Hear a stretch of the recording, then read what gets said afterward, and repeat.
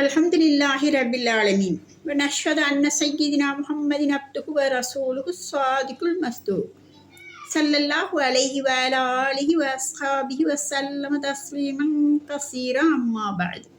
அஸ்ஸலாமு அலைக்கும் வ ரஹ்மத்துல்லாஹி வ பரகாத்துஹு. அண்டை வீட்டினரின் கடமைகள். நமது வீட்டிற்கு அக்கம் பக்கத்தில் குடியிருப்பவர்களுக்கு அண்டை வீட்டார் என்று கூறப்படும். இஸ்லாமிய மார்க்கத்தில் அண்டை வீட்டாருக்கு செய்ய வேண்டிய கடமைகள் நிறைய உள்ளன. அனைத்து முஸ்லிம்களும் தமது அண்டை வீட்டாருடன் நன்முறையில் நடந்து கொள்வது அவர்களின் பொறுப்பாகும். அவர்களுக்கு தீன் துன்யா சம்பந்தப்பட்ட எந்த தேவையானாலும் ஒத்தாசை செய்ய வேண்டும். புனித குர்ஆனில் அல்லாஹ் தஆலா கூறியுள்ளான், அல்லாஹ்வை வணங்குங்கள், அவனுக்கு எது ஒன்றையும் இணையாக்காதீர்கள், தாய் தந்தையுடன் நன்முறையில் நடந்து கொள்ளுங்கள், அத்துடன் உறவினர்கள், அனாதைகள், ஏழைகள், அண்டை வீட்டு உறவினர்கள், அண்டை வீட்டார், தமதுக்கு அருகில் இருப்பவர், பயணத்தில் இருப்பவர் ஆகியோருடனும் நன்முறையில் நடந்து கொள்ளுங்கள் என்று கூறியுள்ளான். நபி ஸல்லல்லாஹு அலைஹி வஸல்லம் அவர்கள் கூறியதாக ஹஜ்ரத் அப்துல்லா இப்னு உமர் ரலியல்லாஹு, ஹஜ்ரத் ஆயிஷா ரலியல்லாஹு ஆகியோர் அறிவித்துள்ளார்கள், ஜிப்ரைல் அலைஹிஸ்ஸலாம் அவர்கள் அண்டை வீட்டாருடன் நன்முறையில் நடக்கும்படி என்னை அடிக்கடி வலியுறுத்தி கொண்டே இருந்தார்கள். அவர்கள் வலியுறுத்துவதை பார்த்து எனக்கு அண்டை வீட்டாரையும் வெகு சீக்கிரம் வாரிசாக ஆக்கிவிடுவார்களோ என்ற எண்ணம் ஏற்பட்டு விட்டது என நபி ஸல்லல்லாஹு அலைஹி வஸல்லம் அவர்கள் கூறினார்கள். இந்த ஹதீஸ்களை சிந்தித்து பார்த்து நமது வாழ்வையும் சற்று உற்று நோக்க வேண்டும்.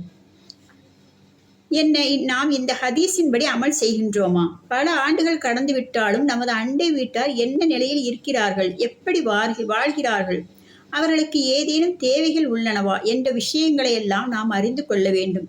இன்றைய காலத்தில் இதுபோன்ற விஷயங்களின் பக்கம் கவனம் செலுத்துவோர் மிக மிக குறைந்து விட்டனர். ஒருவர் நபி ஸல்லல்லாஹு அலைஹி வஸல்லம் அவர்களிடம் வந்து, யா ரசூலல்லாஹ், நான் கெட்டவனா நல்லவனா என்பதை நான் எப்படி அறிந்து கொள்வது என்று வினவினார். அதற்கு நபி அவர்கள், உன்னுடைய அண்டை வீட்டார் உம்மை நல்லவர் என்று கூறினால் நீ நல்லவராவீர், மேலும் உனது அண்டை வீட்டார் உன்னை கெட்டவர் என்று கூறினால் நீர் கெட்டவராவீர் என்று பதில் கூறினார்கள். மற்றொரு ஹதீஸில் நபி ஸல்லல்லாஹு அலைஹி வஸல்லம் அவர்கள் கூறினார்கள், அல்லாஹ் தஆலாவிடம் மிகச் சிறந்தவர் தமது அண்டை வீட்டாருக்கு சிறந்தவரே என்று கூறினார்கள்.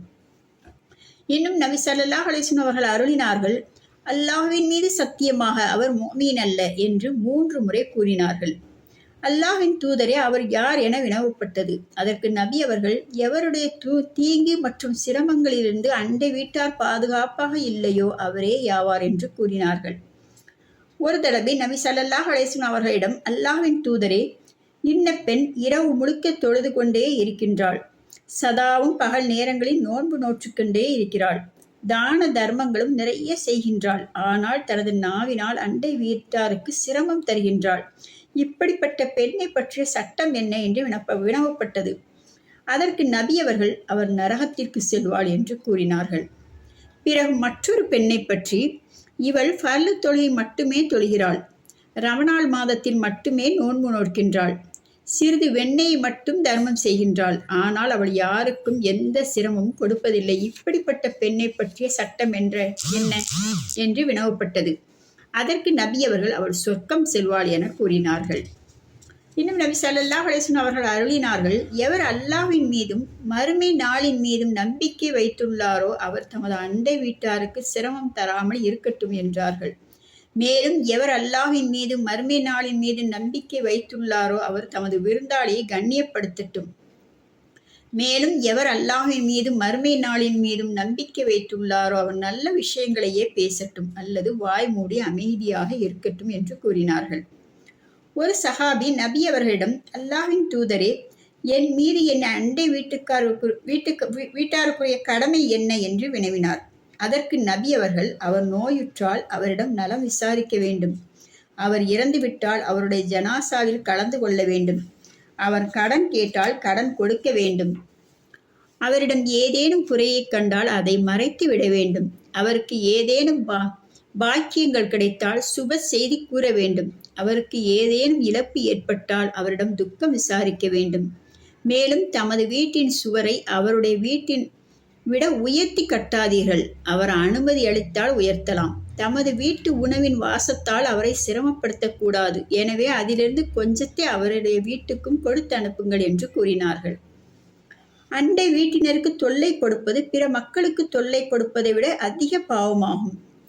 அண்டை வீட்டினரின் அனைத்து கடமைகளையும் நிறைவேற்ற வேண்டும். அவற்றில் முக்கியமாக ஒன்று, அவருக்குள் ஏதேனும் குறை இருப்பின் அதை மறைத்து விட வேண்டும்.